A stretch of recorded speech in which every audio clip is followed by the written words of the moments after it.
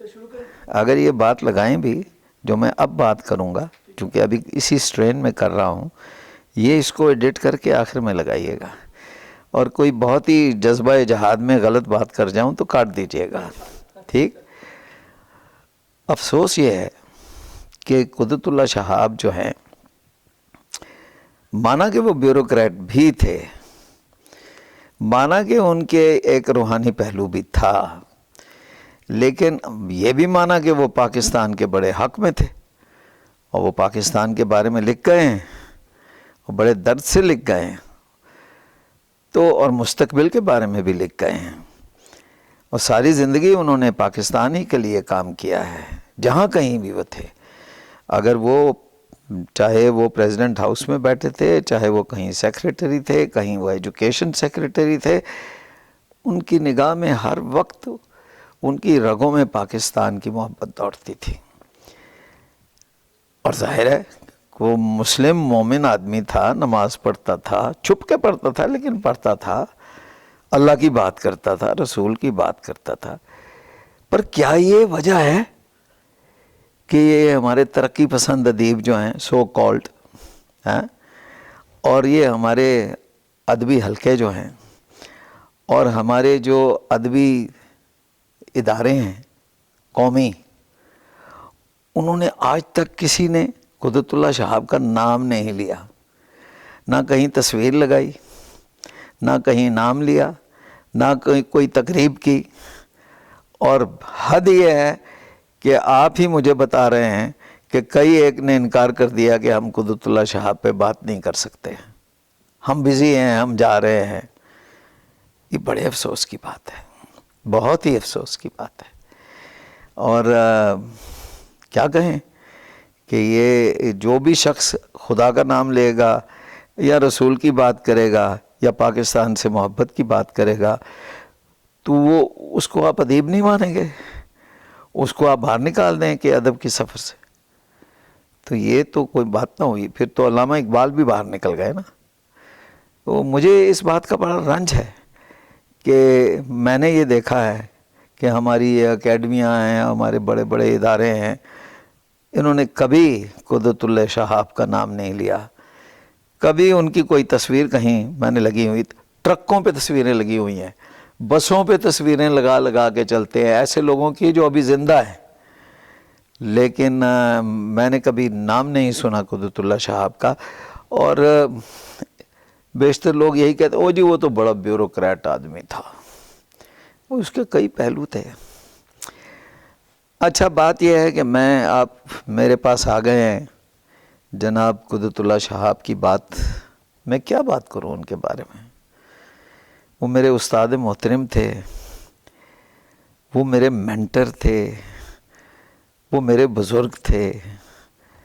میں ان کے بارے میں کیا کہہ سکتا ہوں؟ میں یہ کہہ سکتا ہوں کہ جو چند واقعات مجھے یاد ہیں ان کے ساتھ، جو چند لمحے میں نے گزارے تو میں نے بہت سے سال ہیں، اور ان کا ایک شفاعت کا دست جو ہے نا، دست شفاعت، وہ میرے سر پہ رہا ہے جب کالج کے زمانے سے، اور مجھے ہمیشہ سے یہ ایک خیال رہا ہے کہ ایک کوئی گائیڈنگ اسپرٹ جو ہے وہ میرے ساتھ ہے، اور وہ یقیناً قدرت اللہ شہاب کی ہے۔ تو اگر میں، بے شک لوگ اس بات کو پسند کریں ناپسند کریں، پر یہ سچ ہے کہ اگر میں آج آپ کو یہ کہوں کہ میں جو کچھ بھی ہوں، میں نے جو کچھ بھی کیا ہے، اگر میں اس وقت لکھ رہا ہوں، میں نے ساری زندگی نہیں لکھا تھا، جب تک میرے والد زندہ تھے میں نے قلم نہیں اٹھایا تھا، بلکہ میرے والد کہتے تھے ممتاز مفتی، وہ ہر ایک بندے سے کہتے تھے لکھ یار، انہوں نے ایک تنظیم بنا رکھی تھی لکھ یار، تو مجھے کہتے تھے یار اکسی، وہ میرے دوست بھی تھے، لکھتے کیوں نہیں ہو؟ تو میں انہیں کہتا تھا بابا میں بے وقوف آدمی ہوں، اتنے بڑے بڑے برگد کے درخت ہیں میرے ارد گرد، جناب قدرت اللہ شہاب، جناب اشفاق احمد، جناب بانو قدسیہ صاحبہ، جناب ممتاز مفتی، اور میں قلم اٹھا لوں؟ نہ جی، میں اتنا بے وقوف آدمی نہیں ہوں۔ میں کہا my dear father grant me some intelligence, برگد کے درخت کے نیچے سر میں کیسے اٹھاؤں؟ تو جب تک وہ زندہ تھے میں نے قلم نہیں اٹھایا، کچھ نہیں لکھا۔ جب وہ چلے گئے اور یہ سارے ہی بزرگ چلے گئے تو میرا قلم خود بخود چل پڑا، اور میں نے پچھلے 2 سالوں میں 7 کتابیں لکھ دی ہیں، 2-2.5 سال میں۔ ان میں سے ایک کتاب اللہ پر بھی ہے جو لوگوں کے لیے پڑھنی مشکل ہو رہی ہے۔ وہ کتاب مذہبی نہیں ہے، اس کا روحانیت سے کوئی تعلق نہیں ہے، وہ آپ سمجھیں گے قدرت اللہ شہاب کی دین ہے مجھے۔ وہ میں نے ان بزرگوں کا بدلہ لیا ہے، چونکہ یہ بزرگ جو ہیں یہ کہانیوں میں افسانوں میں بات کرتے تھے، میں نے سائنس اور فلسفے کے روح سے اللہ کی بات کی ہے کہ اچھا آ جاؤ، پھر ادھر آ جاؤ، اتنے بھی ایسی آ گیا۔ اچھا میں آپ کو چند ایک واقعات سنا دیتا ہوں۔ ایک دن دراصل میں شہاب صاحب کا ڈرائیور تھا، یہ مجھے بہت بڑا شرف حاصل ہے، بہت خوش ہوتا تھا میں جس دن وہ مجھے کہیں اکسی یار مجھے وہاں لے چلو۔ تو ایک دن مجھے کہنے لگے اکسی پشاور جانا ہے، میں کہا چلو سر۔ کہنے لگے وہاں ایک بزرگ کو ملنا ہے، بڑے بزرگ آئے ہیں۔ میں کہا جناب تم بھی مل لینا، درشن ہو جائیں گے، ان سے دعا لے لینا۔ میں چل پڑا، کسی ایک گھر میں گئے، بڑے نستعلیق لوگ تھے، قالین بچھے تھے، گاؤ تکیے لگے تھے، بادام اخروٹ وغیرہ، زبردست افغانی پلاؤ، یہ وہ۔ ایک بڈھا بابا وہاں دسترخوان کے سر جو نام ہوتا ہے نا وہاں بیٹھے تھے، ان کے ایک طرف قدرت اللہ شہاب بیٹھ گئے اور ان کی بائیں طرف دل والی طرف میں بیٹھ گیا بڑے مؤدب ہو کے، اور کچھ لوگ آ گئے۔ اب میرا خیال تھا کہ یہ بزرگ جو ہیں یہ کوئی مسئلے مسائل کریں گے، یہ کوئی اللہ کی بات کریں گے، کوئی رسول کے قصے کہانیاں سنائیں گے، اور یہ کوئی بڑی دینی اور مذہبی بات ہو۔ انہوں نے تو کچھ بھی نہیں کی، وہ تو چپ کر کے مسکراتے رہے، وہ بیٹھے رہے۔ آوا بابا سا ایک بندہ بیٹھا پیارا سا بابا،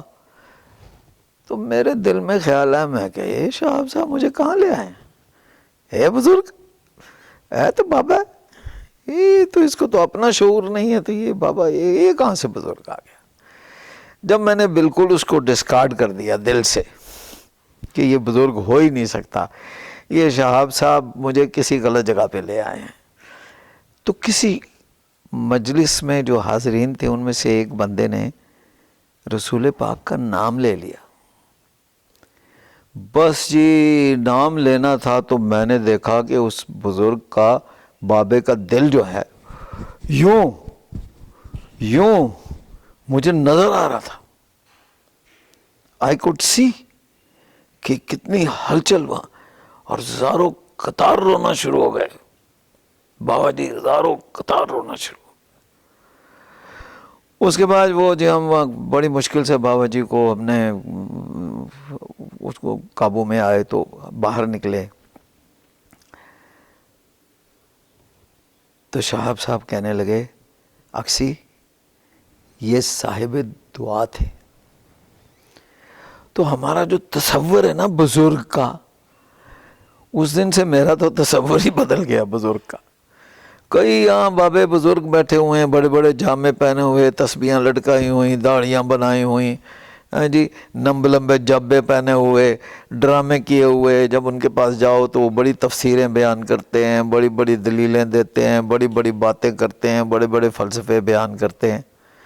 مجھے اس دن سمجھ آ گیا، قدرت اللہ شہاب ایک بار میں مجھے سمجھا گئے کہ ان میں سے کوئی بھی بزرگ نہیں ہے۔ بزرگ وہ ہے جو عاشق رسول ہے، اور رسول کا نام لو تو وہ زاروں قطار روتا ہے، اور وہ صاحب دعا ہے، کچھ نہیں انہوں نے کہا۔ تو مجھے باہر نکل کے کہنے لگے کسی تم نے ان سے دعا لی تھی؟ ایک چھوٹا سا واقعہ ہے لیکن یہ میرے اوپر بڑا ہے، اس کا بڑا گہرا اثر ہے.